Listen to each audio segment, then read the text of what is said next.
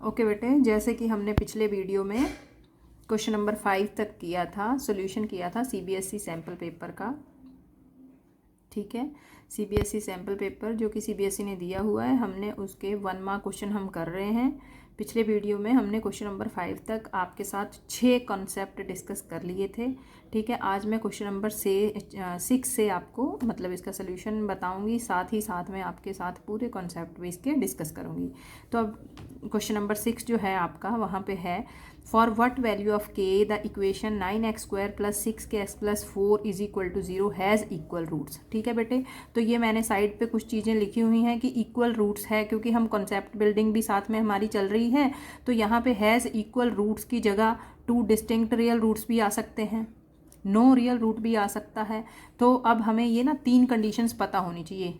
ठीक है, number 1 condition ये है, नंबर 2 कंडीशन ये है और नंबर 3 कंडीशन ये है। ठीक है जी, तो अब ये इक्वल रूट्स वाली कौन सी कंडीशन है? 2 इक्वल रूट्स अगर इक्वल हों तो जो डिस्क्रिमिनेंट हम निकालते हैं, डिस्क्रिमिनेंट या तो 0 से बड़ा होता है या 0 के बराबर होता है या 0 से कम रहता है। ठीक है, अब 0 से बड़ा है तो 2 डिस्टिंक्ट रूट रहते हैं, अगर 0 के बराबर रहता है तो 2 इक्वल रियल रूट्स जो हैं, जो कि इसने पूछा, इसने हमें केस दे रखा है, मतलब कि यहाँ डिस्क्रिमिनेंट निकालना है। डिस्क्रिमिनेंट कैसे निकालते हैं? b² - 4ac करके।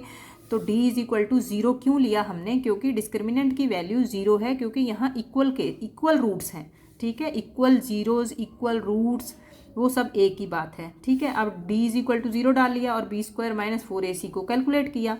अब सबसे पहले इस क्वाड्रेटिक इक्वेशन से a कौन है? ठीक है, ये a है 9, b कौन है? b, ये x का कोफिशिएंट लेना होता है हमें b। ठीक है, x का कोफिशिएंट हमें b लेना होता है। तो ये 6 के b आ गया और ये c, और ये साइन के साथ उठाना है। a b c की वैल्यूज आपको साइन के साथ उठानी है। ठीक है, तो यहाँ पे a आ गया, b आ गया, c हमने लिख लिया। फिर b², जो b की वैल्यू थी वो डाली, b² - 4 × a × c। ठीक है, हमने 4ac डाला और = 0 कर दिया, क्योंकि उन्होंने इक्वल रूट दे ही रखे हैं। यहाँ से सॉल्व करके हमारे पास आ गया 36 k² माइनस, ठीक है, 4 4 = 16, 9 = 144 = 0। k² को एक साइड रखा, 144 को दूसरी साइड ले गए। k² = 144/36, 12 12 = 144, 6 6 = 36, स्क्वायर गॉन, और k की वैल्यू आपके पास 6 2 = 12, तो 2 आंसर आपके पास आ गया। k की वैल्यू आ गई आपके पास 2। तो कॉन्सेप्ट बिल्डिंग क्या हुई यहाँ पे कि आपको डिस्क्रिमिनेंट पता होना चाहिए कि अगर केस आता कि जो 2 डिस्टिंक्ट रियल रूट हैं, मतलब कि अगर यहाँ इक्वल रूट की जगह आता 2 डिस्टिंक्ट मतलब अलग अलग 2 नंबर हैं। ठीक है, यहाँ पे है इक्वल तो 0 लेना है। अगर होता कि है ही नहीं, रियल रूट ही नहीं है उसके, तो हमने यहाँ d की वैल्यू <0 लेनी थी। तो ये 3 क्वेश्चन इस तरह से इसके रिलेटेड बन सकते हैं। तो ये कॉन्सेप्ट आपके दिमाग में जाना चाहिए। आगे अगर हम अगले क्वेश्चन नंबर 7 पे आ गए। ठीक है जी, क्वेश्चन नंबर 7 था find the roots of the equation. ठीक है, ये इक्वेशन दे रखी है, इसके रूट निकालने हैं। अच्छा बेटे, हमें यहाँ पे फिर वही कि हमें ना सबसे पहले जब भी इक्वेशन के रूट दिए हों तो पहले d निकाल के देख लेना है। d निकाल के क्यों देखना है? क्योंकि b² - 4ac निकाला, अगर तो इसकी वैल्यू <0 आई, ठीक है, इसी पे बेस है, 0 आई <0 आई, तो इसका मतलब कि इसके 2 रियल डिस्टिंक्ट रूट होंगे, मतलब 2 अलग अलग आएंगे, सेम भी नहीं आएंगे और रूट होंगे भी, क्योंकि <0 है <0 होता तो वहीं से पता चल जाता कि इसके इस फॉर्मूले से, डी वाले फॉर्मूले से नहीं निकलेंगे। ठीक है, तो हम फिर दूसरा फॉर्मूला लगा देते हैं जो रूट्स निकालने वाला है, -b + -√b² - 4ac/2a। अगर यहाँ d की वैल्यू <0 आ जाए ना, तो हम वहीं से फिर रूट निकालते हैं। ठीक है, लेकिन अब हमने उस फॉर्मूले को नहीं लगाया, क्योंकि यहाँ पे <0 आ गया। जब <0 आ गया तो हमने इक्वेशन उठाई और उसमें मिडल टर्म स्प्लिटिंग का फॉर्मूला लगाया। मिडल टर्म स्प्लिटिंग जैसा कि तुम्हें आती है कि जो c की जगह पे है वो आपके पास उसका मतलब कि उसका प्रोडक्ट करना है, ऐसे 2 नंबर से करना है जिनको प्लस माइनस करके ये मिडल टर्म बन जाए। मिडल टर्म की स्प्लिटिंग करते हैं, मिडल टर्म को तोड़ना है। किस में तोड़ना है?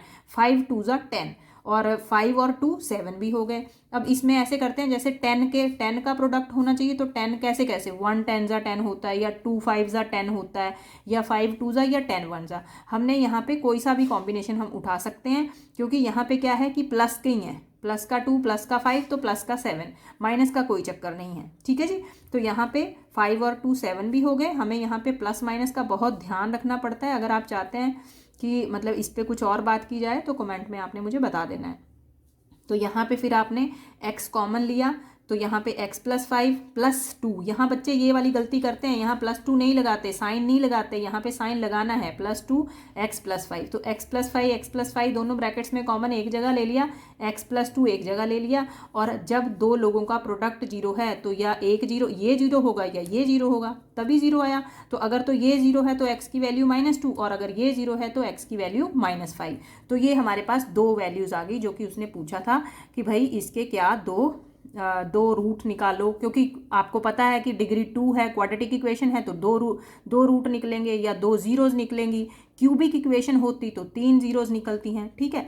और इसी का फिर आगे आया और वाला पार्ट, और है for what values of a quadratic equation, ये है quadratic equation has no real roots. तो जैसे अभी हमारी डिस्कशन हुई हैज़ नो रियल रूट्स, तो मतलब आपने डी की वैल्यू <0 लेनी है, ठीक है। तो डी की वैल्यू हमने <0 ली, डी क्या है b² - 4ac है डी हमारे पास, ये डाला d <0 और d है b² - 4ac <0। और जो इक्वेशन दे रखी है वहाँ से जो a की वैल्यू है वो 30 है, x² का कॉफिशेंट लेना है, जो भी x² के बगल में लिखा है पूरा उठा लो, b है x का कॉफिशेंट -b है और c = है 1, ठीक है। हमने वैल्यूज़ डाल दी, हमने कहा b² -6 था, -6 का स्क्वायर -4 × a × c, ये <0 होना चाहिए, क्यों? क्योंकि उसने कहा है नो रियल रूट्स, ठीक है जी।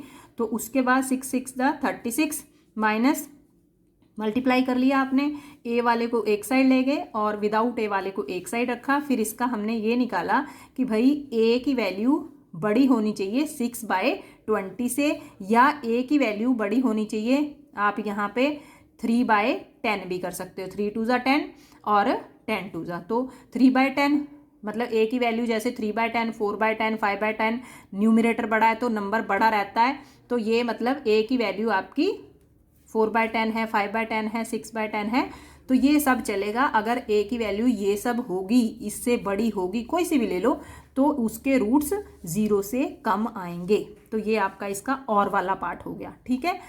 उसके बाद आगे आपका 8 नंबर क्वेश्चन है। 8 नंबर क्वेश्चन में उसने कहा है कि भाई इफ़ PQ = 28 सेंटीमीटर, ठीक है, then find the perimeter of triangle PLM, ठीक है बेटे। ये फिगर नहीं गिवन है इसमें, मैंने बनाया है फिगर।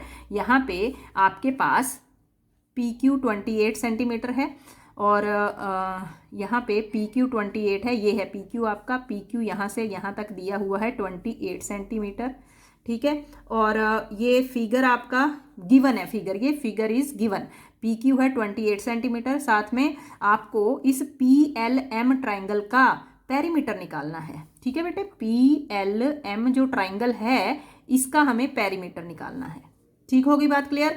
अब इसमें हम सर्कल चैप्टर में चले गए। सर्कल चैप्टर में हमें एक बात पता थी, जो पता है बेटे वहां से बात शुरू कर दो, ठीक है। हमें ये नहीं है कि हमें मतलब इसके बारे में अब कैसे करें, तो देखो हमें ये पता है एक बात कि भाई जब हम सर्कल हमने चैप्टर पढ़ा तो हमने उसमें एक थ्योरम पढ़ी थी कि अगर कोई एक्सटर्नल पॉइंट है और वो एक ही सर्कल को दो टेंजेंट गिराता है तो उनकी लेंथ सेम होती है। तो हमने क्या पढ़ा था कि PQ और PT सेम है, ठीक है। अगर एक एक्सटर्नल पॉइंट है वहां से एक ही सर्कल के ऊपर 2 टेंजेंट ही गिराए जा सकते हैं एक एक्सटर्नल पॉइंट से, ठीक है। कितने टेंजेंट? 2 टेंजेंट्स ही गिराए जा सकते हैं, तो उनकी लेंथ आपस में होती है बराबर। तो मतलब अगर आपके पास PQ 28 है तो आपके पास PT भी 28 ही है। उसके बाद अगली बात सुनेंगे ध्यान से कि और क्या कि वो इक्वल होते हैं। अब बेटे अगर आप यहाँ से देखो, अगर ये एक सर्कल है तो अगर आप देखो कि LQ भी तो इस सर्कल पे एक टेंजेंट का ही काम कर रहा है, और साथ में अगर यहाँ पे ये लेट अस सपोज हमने पॉइंट रख लिया N, तो LN और QL सेम है, क्योंकि वही सेम थ्योरम कि अगर L पॉइंट से LN और LQ 2 टेंजेंट आ रहे हैं तो इनकी लेंथ सेम है, ठीक है। सिमिलरली यहाँ पे आप आ जाओ इस सर्कल पे, और यहाँ M अगर एक्सटर्नल पॉइंट है तो M से N और यहाँ से M से T, तो ये भी सेम है, ठीक है। मैंने इनको नंबर दे दिए 1 और 2। और उसके बाद हम आगे बढ़ रहे हैं कि भाई अब हमें क्या पता है कि PQ जो है वो PT के बराबर है। अब जब आपको PLM का पेरीमीटर लेना है तो उसमें कौन कौन आएंगे, PL आएगा प्लस LM आएगा प्लस MP आएगा, है ना। अब PL तो है आपके पास, नहीं पता कितना है, तो मैं अब देखना आप लोग क्या मैं लिख रही हूँ, PL मैं लिख रही हूँ PL plus LN plus NM plus PM लिख दो। अब देखो बेटे, आपको पता है कि P से लेके Q तक 28 है, फिर हमने क्या बोला कि भाई ये जो इतना सा पोर्शन है ये इसके बराबर है, ठीक है। तो मैंने LQ की जगह ना, जो मेरे PQ था, PQ में अगर मैं LQ को निकाल दूं और LQ की जगह इसको डाल दूं तो मतलब तुमने वही ऐड किया उसमें, ठीक है जी। तो यहाँ से यहाँ तक ना जाकर तुम इधर को मुड़ गए, तो वो हेड लेंथ आपकी 28 ही। सिमिलरली इधर यहाँ तक ना जाके तुमने यही लेंथ इधर को मोड़ दी, तो ये भी 28 है, ठीक है। तो ये और ये मिला के 28 है, ये और ये मिला के 28 है, तो 28 प्लस 28 तो 56 सेंटीमीटर इस ट्राइंगल का पेरीमीटर है, ठीक है। ये जो लेंथ है ये 56 सेंटीमीटर है। नहीं पता चले तो आप कमेंट में डाल सकते हो टू रिपीट इट अगेन, पर मेरे ख्याल से ये आपको पूरी तरह से समझ आ जाना चाहिए। और देखो बेटे, इससे रिलेटेड फिर वही कि कॉन्सेप्ट ये हो गया कि भाई एक्सटर्नल पॉइंट से जब दो टेंजेंट आते हैं उनकी लेंथ सेम रहती है, और जो ये टेंजेंट यहाँ पे अगर रेडियस के साथ एंगल बनाए तो ये 90 डिग्री का एंगल बनाता है, ठीक। अब आगे चलते हैं क्वेश्चन नंबर 9 पे। आज हम 10 क्वेश्चन ही डिस्कस करेंगे। क्वेश्चन नंबर 9 में भी आपको उन्होंने सब पार्ट दे रखा है, मतलब और चॉइस दे रखी है। आपको बताया गया है कि फर्स्ट 16 क्वेश्चन में 5 इंटरनल चॉइसेस आएंगी, ठीक है। तो यहाँ पे क्वेश्चन नंबर 9 है और उसका फर्स्ट जो आया है वो है, if two tangents are inclined at 60 degree are drawn to a circle of radius 3 centimetre then find length of each tangent, ठीक है जी। तो यहाँ पे हमने एक सर्कल ड्रॉ किया, सर्कल की एक रेडियस है 3 सेंटीमीटर की, एक रेडियस है सर्कल की, ठीक है। Late us suppose O is the centre of the circle. और उसके बाद उसने कहा कि जो दो टेंजेंट हैं, ठीक है जी, दो टेंजेंट हैं, ये टेंजेंट यहाँ एक पॉइंट पे टच करेगा, दो टेंजेंट हैं, ठीक है। तो वो 60 डिग्री पे इंक्लाइंड है, ठीक है, 60 डिग्री पे इंक्लाइंड है, जो दो टेंजेंट है 60 डिग्री पे इंक्लाइंड है और रेडियस है 3 centimetre. Then find the length of the each tangent. अब हमें बोल रहा है कि भाई लेट अस सपोज PQ और PR, तो कह रहा है कि तुम PQ या फिर PR ये जो लेंथ है ये फाइंड आउट करो कितनी सेंटीमीटर है, ठीक है। तो यहाँ पे आपके पास है कि भाई अगर ये 60 डिग्री है तो ये आपका, यहाँ मैंने अभी बताया कि जब भी कोई एक्सटर्नल पॉइंट से ये जो टेंजेंट है, टेंजेंट हमेशा सर्कल के साथ 90 डिग्री का एंगल बनाता है, ठीक है। ये रेडियस और टेंजेंट के बीच में हमेशा 90 डिग्री का एंगल बनता है। और दूसरी बात कि ये लेंथ हमें पता है 3 सेंटीमीटर, ये पता है। और अगर ये आपके पास 60 डिग्री है, मैं इसका ये सेंटर से जब आपने यहाँ पे लिया तो ये 30 डिग्री, इधर ये भी 30 डिग्री। तो अब देखो आपके पास अगर आप इस ट्राइंगल POQ को लेते हो, ट्राइंगल POQ को अगर आप लेते हो तो यहाँ पे triangle POQ angle QPO is equal to 30 degree ले लिया, 30 डिग्री। अब आपको यहाँ ट्रिग्नोमेट्री अप्लाई करेंगे हम। आपको पता है कि भाई अगर मैं टेंजेंट ऑफ 30 डिग्री निकालूं, टेंजेंट ऑफ 30 डिग्री, आपको पता है जो एंगल रहता है बेटे 30 डिग्री, उसके ऑपोजिट वाली साइड हमेशा परपेंडिकुलर साइड है, ठीक है। उसके ऑपोजिट वाली साइड कौन है? हमेशा परपेंडिकुलर साइड, ओके। और यहाँ पे और ये वाला कौन है? ये वाला तो परपेंडिकुलर है, ठीक है, ये परपेंडिकुलर हो गया। और ये आपके पास मतलब अब ये बन गया आपके पास बेस, और ये है इधर 90 डिग्री। एंगल के सामने वाली साइड को हमेशा बोलते हैं ऑपोजिट साइड परपेंडिकुलर। तो ये परपेंडिकुलर हो गया, ये बेस हो गया, और ये आपका हाइपोटेन्यूज हो गया, ठीक है। तो टेंजेंट 30 अगर हम लें तो मतलब आप बोलते हो P/B। P कौन है? परपेंडिकुलर। परपेंडिकुलर कौन है? OQ। और बेस कौन है? PQ, ठीक है, ये बेस हो गया। तो ये 3 दे रखा है और PQ की लेंथ हमें फाइंड आउट करनी है, ठीक है। टेंजेंट 30 की वैल्यू 1/√3, 3/PQ। PQ दूसरी साइड गया और ये आ गया आपके पास 3√3 इज योर आंसर, ठीक है। तो आपने यहाँ पे इस छोटी सी ट्रायंगल में ट्रिग्नोमेट्री लगाई है। अगर PR की लेंथ भी पूछी हो तो आपको पता है कि ये जो टेंजेंट हैं एक एक्सटर्नल पॉइंट से डाले जाते हैं, उनकी लेंथ रहती है सेम, ठीक है। तो ये लिटिल बिट आपके पिछले ही क्वेश्चन का ही कॉन्सेप्ट था इसमें। आगे इसमें और करके जो क्वेश्चन आया है वो क्या है, वो है कि P Q is a tangent to a circle. ठीक है, पी क्यू, फिर वही P Q is a tangent to a circle with centre O. ठीक है, at a point P with centre O at a point P if triangle O P Q is an isosceles triangle. अब जैसे मैंने ये पिछले question में ओ P Q बनाया है, अब वो कह रहा ओ पी क्यू अगर आपके पास आइसोसेलेस ट्रायंगल है तो what is angle O Q P. तो ओ क्यू पी एंगल क्या है बेटे, ये एंगल तो हमेशा 90 डिग्री होगा। तो इस क्वेश्चन का आंसर है 90 डिग्री।